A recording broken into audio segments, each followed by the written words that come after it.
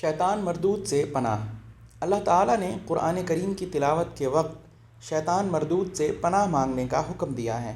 اللہ تعالیٰ فرماتا ہے فَإِذَا قَرَأْتَ الْقُرْآنَ فَاسْتَعِذْ بِاللَّهِ مِنَ الشَّيْطَانِ الرَّجِيمِ۔ قرآن پڑھنے کے وقت مردود شیطان سے اللہ کی پناہ طلب کرو، اور جادو کے وقت پناہ مانگنے کا کہا، اور یوں فرمایا قُلْ أَعُوذُ بِرَبِّ الْفَلَقِ مِنْ شَرِّ مَا خَلَقَ۔ آپ صلی اللہ علیہ وسلم کہہ دیجئے کہ میں صبحوں کے رب کی پناہ میں آتا ہوں ہر اس چیز کی برائی سے جو اس نے پیدا کی ہے۔ ابو التیاح بیان کرتے ہیں میں نے عبد الرحمن بن حنبش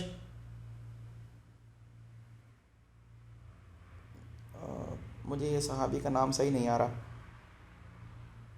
یہاں پر یہی لکھا ہے، عبد الرحمن بن حنبش رضی اللہ عنہ سے دریافت کیا کیا آپ کو نبی اکرم صلی اللہ علیہ وسلم کی صحبت میسر آئی ہے؟ انہوں نے جواب دیا جی ہاں۔ میں نے پھر پوچھا جس رات شیاطین نے نبی اکرم صلی اللہ علیہ وسلم سے مکر اور برائی کرنے کا ارادہ کیا تھا تو آپ صلی اللہ علیہ وسلم نے کیا کیا تھا؟ انہوں نے جواب دیا اس رات شیاطین وادیوں اور پہاڑی گھاٹیوں سے رسول اللہ صلی اللہ علیہ وسلم پر اترتے آئے۔ ان میں ایک ایسا شیطان تھا جس کے ہاتھ میں آگ کا شعلہ بھی تھا، وہ اس سے رسول اللہ صلی اللہ علیہ وسلم کے چہرہ مبارک کو جلا دینا چاہتا تھا۔ جبریل امین علیہ السلام نیچے اترے اور کہنے لگے یا محمد صلی اللہ علیہ وسلم پڑھیے۔ آپ صلی اللہ علیہ وسلم نے فرمایا میں کیا پڑھوں؟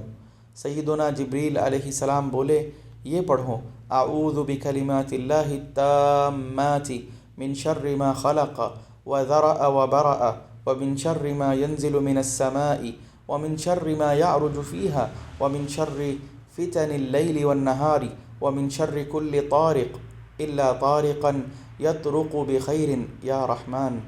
میں اللہ تعالیٰ کے کامل ترین کلمات کے ساتھ پناہ مانگتا ہوں ہر اس چیز کی برائی سے جسے اللہ تعالیٰ نے وجود بخشا ہے، جسے اس نے پیدا کیا ہے، جسے اس نے تخلیق فرمایا ہے، اور ہر اس برائی سے جو آسمانوں سے اترتی ہیں اور ہر اس برائی سے جو آسمانوں میں چڑھتی ہیں، اور رات اور دن کے فتنوں کی برائی سے اور رات کو آنے والے ہر ایک کی برائی سے بجز ایسے آنے والے کہ جو بھلائی اور خیریت سے آئے، اے رحمان۔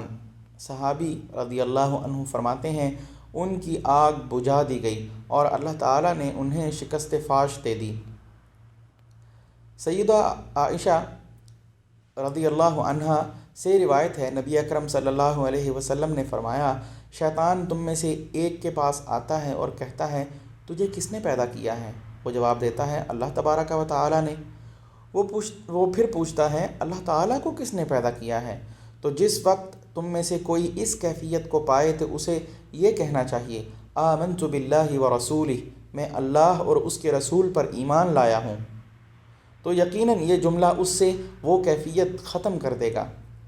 سیدنا عبداللہ بن عباس رضی اللہ عنہما سے روایت ہے نبی اکرم صلی اللہ علیہ وسلم حسن و حسین رضی اللہ عنہما کو دم کیا کرتے تھے اور یہ فرمایا کرتے تھے تمہارے باپ سیدنا ابراہیم علیہ السلام انہی الفاظ کے ساتھ اسماعیل اور اسحاق علیہم السلام کو اللہ تعالیٰ کی پناہ میں دیا کرتے تھے اعوذ بکلمات اللہ التامۃ من کل شیطان وہامۃ ومن کل عین لامۃ۔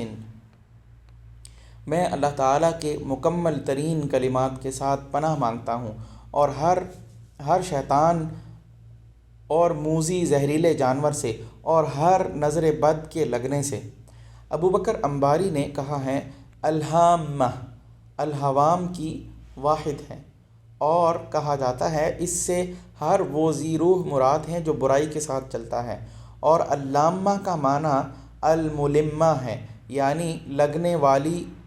یہ لفظ لامہ آپ نے ہامہ کے لفظ سے موافق رکھتے ہوئے بولا ہے تاکہ زبان پر بولنا ہلکا اور آسان رہے۔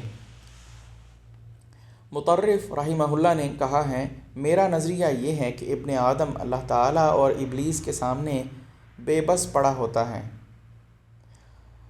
میرا نظریہ یہ ہے کہ ابن آدم اللہ تعالیٰ اور ابلیس کے سامنے بے بس پڑا ہوتا ہے، جسے اللہ تعالیٰ بچانا چاہے اسے بچا لیتا ہے اور اگر اسے چھوڑ دے تو اسے ابلیس دبوچ لیتا ہے۔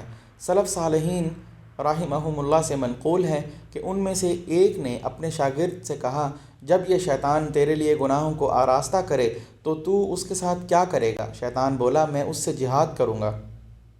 شاگرد بولا میں اس سے جہاد کروں گا۔ استاد بولا، اگر دوبارہ پلٹے تو؟ شاگرد کہنے لگا، میں اس سے لڑوں گا۔ استاد کہنے لگا، وہ اگر پھر پلٹ آئے؟ شاگرد بولا، میں پھر اس سے لڑائی کروں گا۔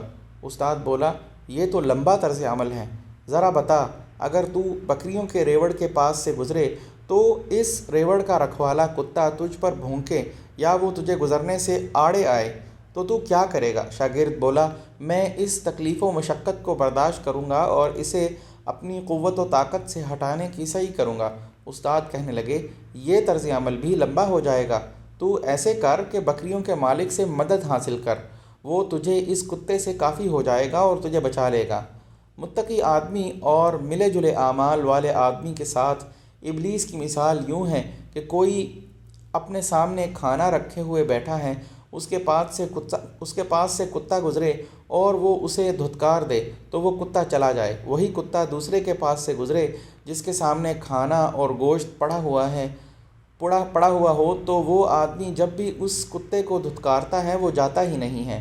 پہلی مثال متقی آدمی کی ہے، جس کے پاس سے شیطان گزرتا ہے تو اس کا ذکر الہی کرنا ہی اسے دھتکارنے کے لیے کافی ہوتا ہے، اور دوسری مثال ملے جلے اعمال والے آدمی کی ہے کہ شیطان اس سے جدا ہی نہیں ہوتا کیونکہ اس کی اس سے رقابت ہوتی ہے۔ ہم اللہ تعالیٰ کے ساتھ شیطان سے پناہ مانگتے ہیں۔